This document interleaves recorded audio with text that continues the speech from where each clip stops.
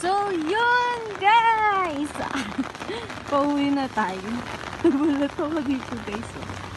Uwi na tayo guys. So, for today's video guys, uwi na tayo para matulog lang. Ganun. So, yun guys. Magluluto tayo ng something nyo ngayon. Ewan ko ba kung anong something nyo na yun. So, yung something nyo na yun is something nakakaano. Ito pala yung pepper. Pepper. Yes, pepper. Lalagay natin siya dito. Kasi alam niyo yung pepper is look like, can make you beautiful. Yun. Gaganda tayo dito. So, we're just going to make it so that our skin will going to beautiful. Well, they said, ano nga bang sikreto ng mga magaganda? Sabi nila, sikreto ko pepper. Pagkain lang ng pepper. Pepper lang guys. Ewan. Pero, para sa akin, pepper lang talaga. Ano bang sikreto ng magaganda? Tulad yan at tulad ko. So, yun. Luluto tayo. So, ngayon, guys, medyo hindi maganda yung panahon. Kaya, magluluto ako ng something new. Something new na paborito kasi ito ng mga bata. Yes. Paborito kasi ito ng mga bata. Yung, it's not my child. Okay, guys. Not my child. Anak kasi ng kaibigan ko. Kumbaga, ang anak ng kaibigan ko, I just cook this for them so that the child of my friend tastes it. Then they said, Tita, can you make it this for us? She said to me. Then I said, yes, you can. I will cook to you another. So, yun guys. Gagawa din ako for today for myself. Kasi guys, yung dati kasi, yung dating pinupuntahan ko, kaibigan. Bahay ng kaibigan ko, dyan sa Kawayan. Ate, ang sarap ng luto mo. Wow, sarap ng luto ko. As in, well, sarap naman talaga akong magluto. Pero, bihira lang ako magluto pag may oras, ganyan. Kapag galing ako sa trabaho, syempre, pagod din naman tayo. Uy, syempre, kahit minsan na lang tayo magluto eh. Kaya ngayon, luluto tayo ng bell pepper. Paborito ng mga batang kaibigan ko. Minsan nga may nagre-request sa akin na isang kakilala. Sabi niya, magluto ka nga ulit ng repolyo tsaka bell pepper. Kasi dati guys, repolyo tsaka bell pepper, ito yung pinagsasama ko. Kaya, ayun. Pinaglulutuin ko sila.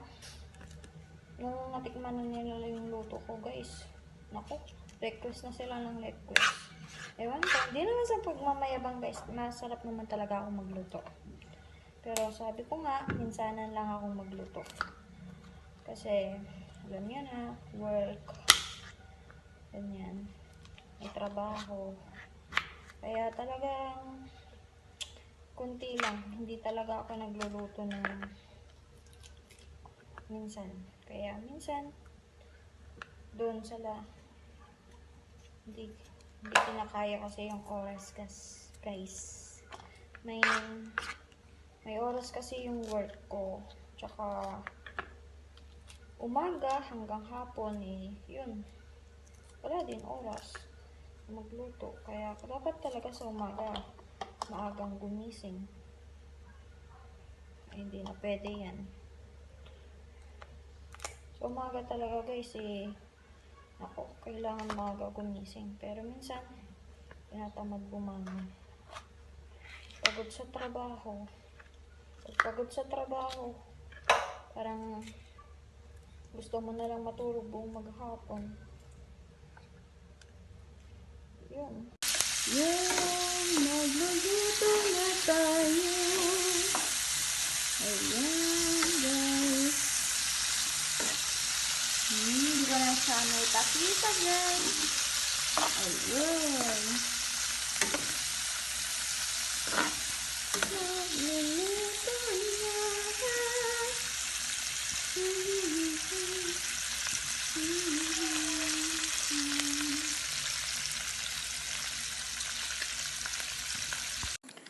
So, yun guys, nagluluto tayo ngayon ng bell pepper. Tsaka naglagay na ako ng sauce. Yung mga liquid ba, yung soy sauce, tsaka konting din, patis, at tsaka I'll add something ketchup and water also guys. So, ayan, hindi ko nga rin alam kung anong klaseng pagkain yung lulutuin ko eh. Kaya, ayan guys. Yun guys, luto ng ating pagkain. Kaya kakain na tayo. Nakakagutom no. Ang ganda ng kinalabasan guys. Gulay kasi siya. Kaya, ayan, ang ganda. Gutom tuloy ako. Tara, kain tayo.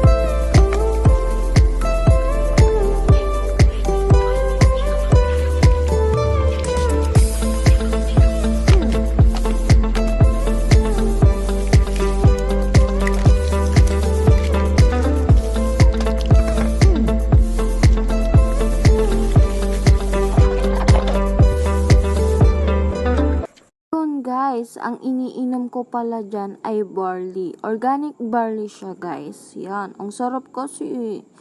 Ayan. Pinapakita ko sa inyo kasi, guys. Yan yung pampag-glow up, sabi nila. Guys, ang sarap ng barley. As in, subukan nyo din. Ayan. Yung ginagamit ko pang pag-glow up para pampaputi din ng katawan ko. At pampa-lose weight din guys. So, dito ko na po pala tatapusin itong vlog ko. Maraming salamat po sa inyong lahat. God bless. Bye-bye po. Love you all.